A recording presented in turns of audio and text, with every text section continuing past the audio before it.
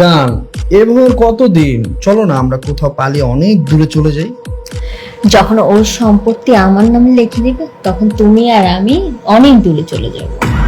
হ্যাঁ, তখন আর আমাদের কেউ খুঁজে বের করতে পারবে না। হ্যাঁ, আচ্ছা, তোমার এই ছেলেটা এখানে কি করে? আমি বুঝলাম না। আমরা দুজনে কিন্তু রোমান্স করতেছি, ওকে বের করে দাও না বা কোথাও পাঠিয়ে দাও। তুমি তো জানোই ওকে এতবার করে বলি তুমি আসলে যেন ও ভিতরে চলে যায়। ওকে কথা শোনে, ও তো একটা কথাও শোনে না। কি করবো? আমি যাই হোক, ও থাকলে কি না থাকলে কি। হুম, এই সময় কি আসলো? তোমার হাজবেন্ড আসে নাই তো? ও কিভাবে আসবে? ও তো কিছুক্ষণ আগে অফিসে গেছে, আর ওরা এখন আসার কথাও না।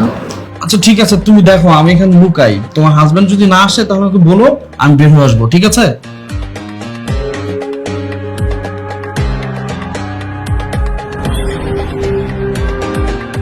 কি ব্যাপার, তুমি এই টাইমে বাসে? তুমি না অফিসে গেলে? আর বলো না, একটা ইমার্জেন্সি ফাইল রেখে গেছি। ওই যে তোমাকে গতকাল রাতে একটা ফাইল দিলাম না, সবুজ কালার ফাইলটা, সেটা নিয়ে আসো। আচ্ছা তুমি দাঁড়াও, আমি নিয়ে আসছি।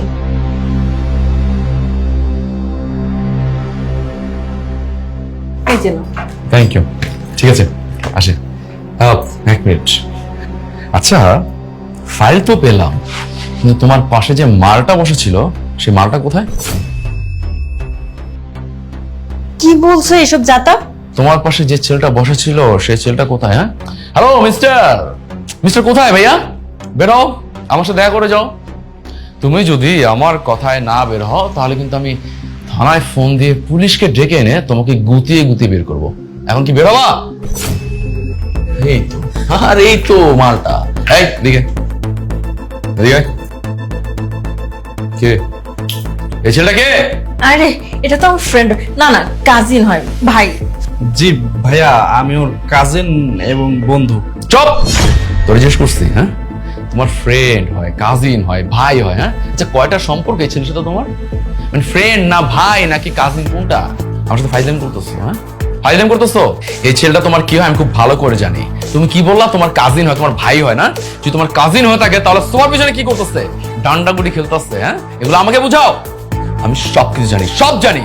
কারণ আমার ছেলে আমাকে ফোনে ভিডিও করে সবকিছু পাঠাইছে, আর সেটা দেখেই আমি ছুটতে ছুটতে চলে আসি তোমাকে হাতে নাতে ধরার জন্য। আর এসে প্রমাণ সহ হাতে নাতে তোমাকে ঠিকই ধরে ফেলছি। কেন করছি এগুলো? কেন করছো? তোমার কি লজ্জা করে না? তোমার একটা সন্তান আছে, তোমার হাজবেন্ড আছে, তোমার আমার একটা সুখের সংসার।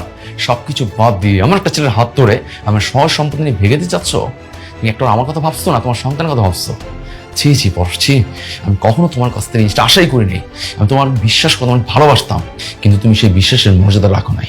আর তুমি আমার কথা বাদ দাও, তুমি তোমার সন্তানের কথা ভাবো নাই। এই তুমি যে তোমার সন্তানের সামনে এসব নোংরামি করো ছেলেদের সাথে, ওদের কি শিখবে? হ্যাঁ, ও তো ফিউচার এগুলোই শিখবে, তাই না? আমি আমার সন্তানের ফিউচার নিয়ে একদম রিস্ক নিতে পারবো না। আমি চাই না তোমার মতো নোংরা মানুষের ছায়া আমার সন্তানের উপর পড়ুক। এটাই ভালো হবে, তুমি আমার বাসা থেকে এখন বের হয়ে যাও। ফয়েজ প্লিজ আমাকে ক্ষমা করে দাও। আমি না বাবু আর তোমার কথা একটু ভাবিনি, আমার না ভুল হয়েছে। প্লিজ ফয়েজ আমাকে ক্ষমা করে দাও। আমি না নেক্সট টাইম থেকে এরকম কোনো ভুল করবো না।